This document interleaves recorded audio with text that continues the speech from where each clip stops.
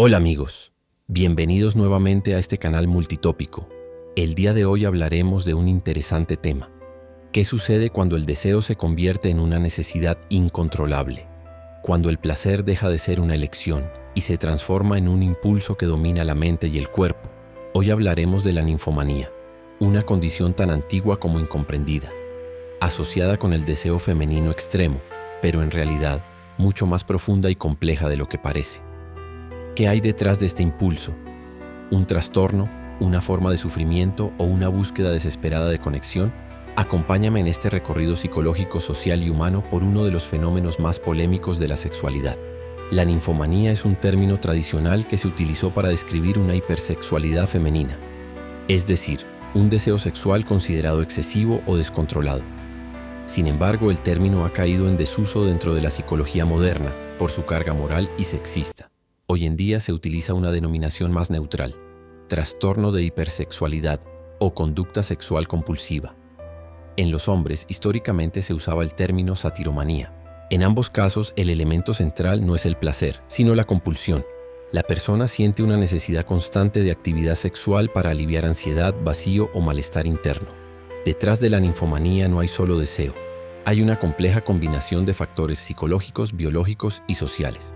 Factores psicológicos: experiencias tempranas de abuso o hipersexualización, baja autoestima o necesidad de validación afectiva, ansiedad, depresión o traumas no resueltos.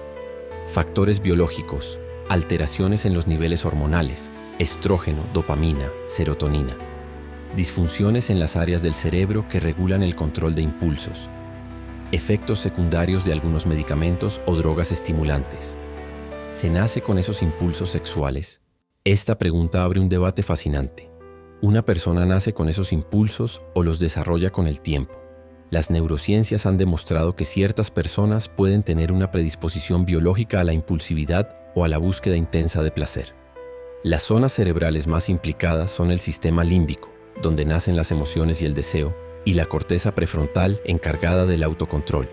Cuando el equilibrio entre ambas se altera, ya sea por genética, desequilibrios hormonales o lesiones, el individuo puede experimentar impulsos más fuertes y una menor capacidad para frenarlos. Por ejemplo, un exceso de dopamina puede potenciar la búsqueda del placer, mientras una corteza prefrontal menos activa reduce la capacidad de decir no.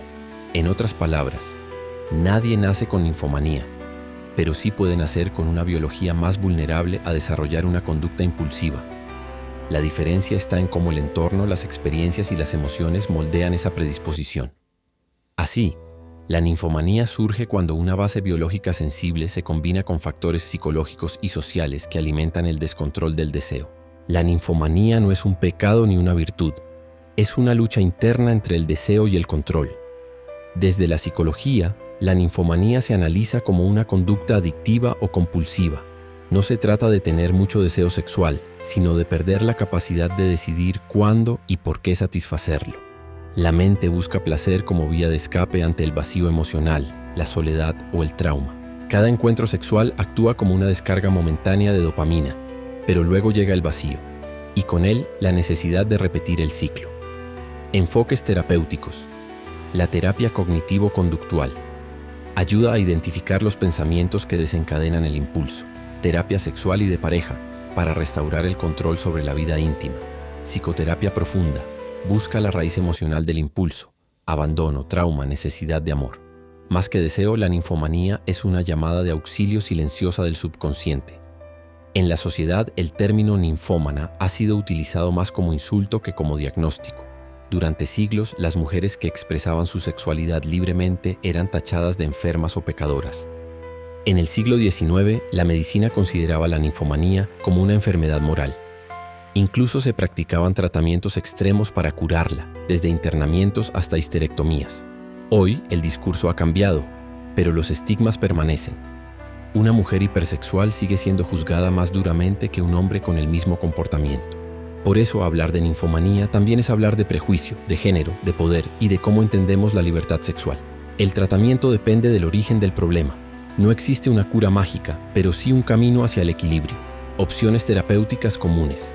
Psicoterapia, para abordar las causas emocionales y reconstruir la autoestima.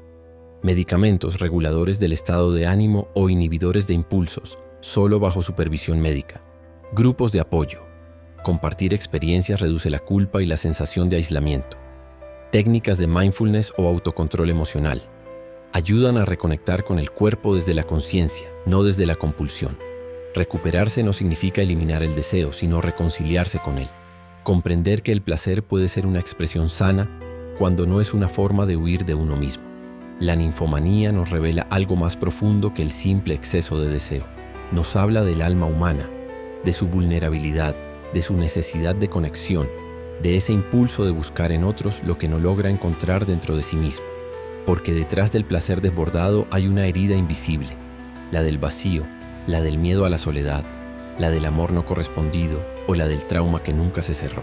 Y el deseo, en lugar de sanar, se convierte en refugio, en anestesia, en adicción. Pero comprender esto no significa juzgarlo, sino verlo con compasión, porque cada impulso que parece excesivo es en el fondo un grito silencioso de quien busca sentir que aún está vivo. Vivimos en una sociedad que castiga el deseo, pero al mismo tiempo lo explota y lo vende. Nos enseña a reprimirlo o a usarlo, pero casi nunca a entenderlo. Y quizá ahí esté el verdadero problema. No en el deseo en sí, sino en no saber cómo habitarlo sin perdernos en él. La ninfomanía no es una condena, sino una señal. Un espejo que refleja la eterna lucha entre el cuerpo y la mente, entre la necesidad de placer y el anhelo de amor. Y solo cuando comprendemos que ambos pueden coexistir en equilibrio, es cuando el deseo deja de ser una adicción, para convertirse en una expresión auténtica de nuestra humanidad.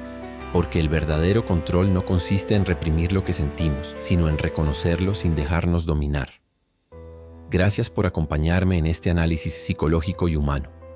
Si este tema te hizo reflexionar, suscríbete a este espacio multitópico, donde cada video es una mirada al alma detrás del comportamiento.